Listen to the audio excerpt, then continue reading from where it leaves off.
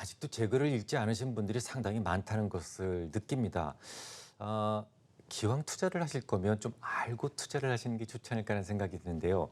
제가 여러 군데 써놨어요. 이익 지표는 보지 마시라는 얘기. 국제회계 기준에서도 이제 영업이익률은요, 의무적인 고시사항이 아닙니다. 그만큼 뭔가 그 생각들이 많이 개입될 수 있는 그런 소지가 크기 때문에 그래요. 발생주의 회계 원칙에서는 너무 많은 합법적 조작이 가능하기 때문에 이 영업이익이라든지 이런 것들을 보고 투자하는 것은 가장 좀 불리한 투자 방법이다라는 것을 제가 여러 군데 써놨습니다. 심지어 PR이라든지 PBR이라든지 또 뭐 유동성을 주로 이제 대변해주는 뭐 유동비라든지 이런 것들이 멀쩡하게 유지되면서도 주가가 막 떨어지거나 혹은 심지어 부도나는 것들도 제가 하나하나 예시를 들어가면서 다 적어놨어요.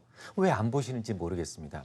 여러분들 같으면, 여러분들이 만약에 CEO 같으면 지금 회사가 힘들어지고 있는데 남들이 다 쉽게 볼 수 있는 PR이라든지 영업이익이라든지 유동비라든지 이런 것들을 명찰처럼 보일 수 있는 것들을 흐트러 놓겠습니까? 합법적인 조작이 얼마든지 가능한데요. 그래서 여러분들 그 영업이익이나 뭐 유동비나 이런 것들은 보지 마시라고 말씀드렸어요. 뭘 보라고 말씀드렸습니까? 그 뭐 예를 들어서 백분일표를 여러분들이 만들 수가 있고요. 아니면 무슨 뭐 그 여러 가지 이제 방법들이 있어요. 그걸 한번 찾아서 보셨으면 좋겠습니다. 자, 그러면 이 회사가 그렇다는 게 아니고 영업이익 같은 거 보지 마시라는 겁니다. 국제 회계 기준에서도 이제 그 의무 사항이 아니에요. 자, 그러면 이 회사로 가보겠습니다. 좋은 바람이 불다가 떨어졌어요. 항상 떨어지는 데는 반드시 이유가 있습니다. 일단 뭐 당장 보이는 것들이 있다면 자회사 리스크가 있죠. 스타키스트라든지 자회사 리스크가 있어요. 아마 제가 볼 때는 한 10월 달 정도면 소송이 끝날 것 같은데 그것 때문에 지금 한 1,000억 정도의 충당금을 넣어놓은 상태입니다. 충당금을 이미 쌓아놨다는 얘기는 이미 모든 악재는 끝났다라고 볼 수가 있어요. 그래서 이 부분과 관련돼서는 이제 더 이상은 악재는 아닐 것이라는 생각이 들고요. 그다음에 이제 조금 있다가는 조금 그 하반기에는 조금 좋아질 가능성이 있는데 이 어군 군집 장치라는 게 있습니다. 그게 이제 어족 자원을 위해서 하반기에는 못 쓰게 되어 있기 때문에 이 종가 참치 가격은 올라갈 가능성이 높다라고 보는 겁니다. 그러면 이 종목이 가진 씨앗이 일단 뭐라고요? 뭐 하는 회사예요, 이거? 참치 잡잖아요. 그러면 참치를 몇 마리를 잡았느냐가 중요할 거고, 그죠? 그다음에 그 잡은 참치가 얼마에 팔리는가가 중요하잖아요. 이것 말고 또 있나요? 이게 기본적인 그런 가장 중요한 씨앗이라고 볼 수가 있는데 일단 참치 어가는 좀 계속 떨어졌었어요. 떨어졌었지만 이 개수가 좀 많아졌죠. 뭐 4 곱하기 6이나 6 곱하기 4나 똑같은 것처럼 개수가 많아지면서 커버가 된 케이스라고 보시면 되겠습니다. 그래서 그 부분은 문제가 없는데 최근에 이제 그 자회사 리스크라고 하는 부분하고 또 어떤 부분이 있었냐면 아시다시피 제가 조금 아까도 말씀드렸죠. 하림 설명을 드리면서 말씀을 드렸었는데 소위 방출, 오염수 방출과 관련해서 이 수산물에 대해서 좀 기피하는 흐름이 있을 수 있다. 그래서 수산물과 관련된 종목은 조금 떨어지고 있는 쪽이고 이 육고기 쪽으로는 닭고기나 이쪽으로는 계속 올라가는 쪽이다. 서로 대체 관계에 있기 때문에 그런 말씀을 제가 조금 아까 드렸었죠. 그래서 그런 부분들이 있어요. 이건 누구도 예측할 수가 없는 부분이잖아요. 그리고 또 한 가지가 뭐냐면 참치를 잡으면 누가 다 먹습니까?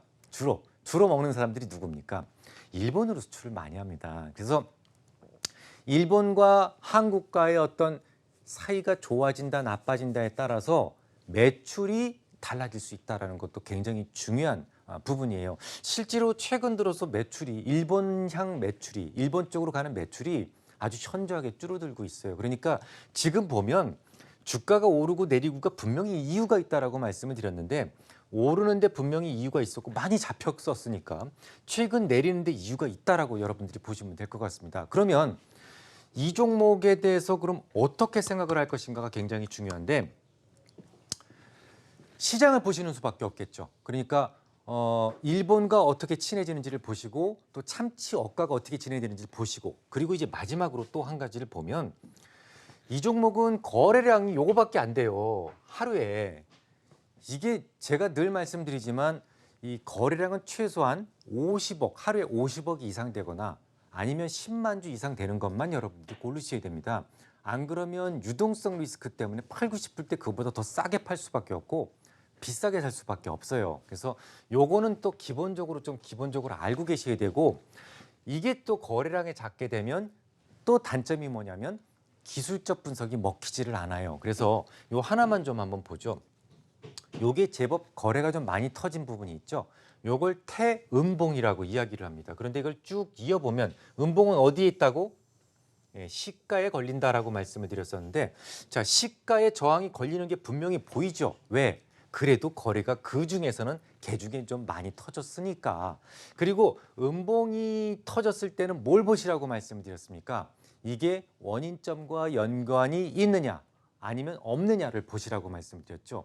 그래서 원인점과 관련이 없다면 유효기간이 있다라고 그랬어요. 그게 얼마라고? 석 달의 유효기간이 있다라고 말씀을 드렸습니다. 실질적으로 보면 어디가 석 달이 되는 위치예요? 자, 여기가 첫 번째 달, 두 번째 달, 세 번째 달이 되는 위치잖아요. 그죠? 그러면 두 번째 달 되는 위치에서는 분명히 이 위치에서 저항이 걸립니까? 안 걸립니까? 걸리죠. 자, 그런데 이 위치에서 한번 보세요. 이 위치에서 보시면 여기 조금 더 잘 한번 살펴보면 저항이 걸린다는 것은 우리가 어떻게 느낄 수 있냐면 이렇게 거래가 실려요. 저항이 있다는 얘기는 거기서 매물이 있다는 거지 않습니까? 매물이 있다 보니까 이렇게 봉이 뚱뚱해지거나 이런 흐름이 보입니다. 이건 우리가 어떻게 표현하냐면 저항을 느끼고 있다라고 표현을 합니다. 그런데 이 위치에서 그 봉하고 비교를 얘하고 비교를 한번 해보세요. 저항이 느껴지십니까? 있기는 있지만 얘보다는 작게 가고 있죠. 왜냐하면 얘는 화단에 심은 꽃이 아니라 화분에 심은 꽃이었기 때문에 그래요. 석 달이 유효기간이었기 때문에 이런 차이점이 나타나게 되는 겁니다. 충분히 이해하셨죠? 이건 어쨌든 조금 거래가 있는 종목으로 갈아타시기 바라고, 그리고 일본과 관계를 좀 주시하시기 바랍니다.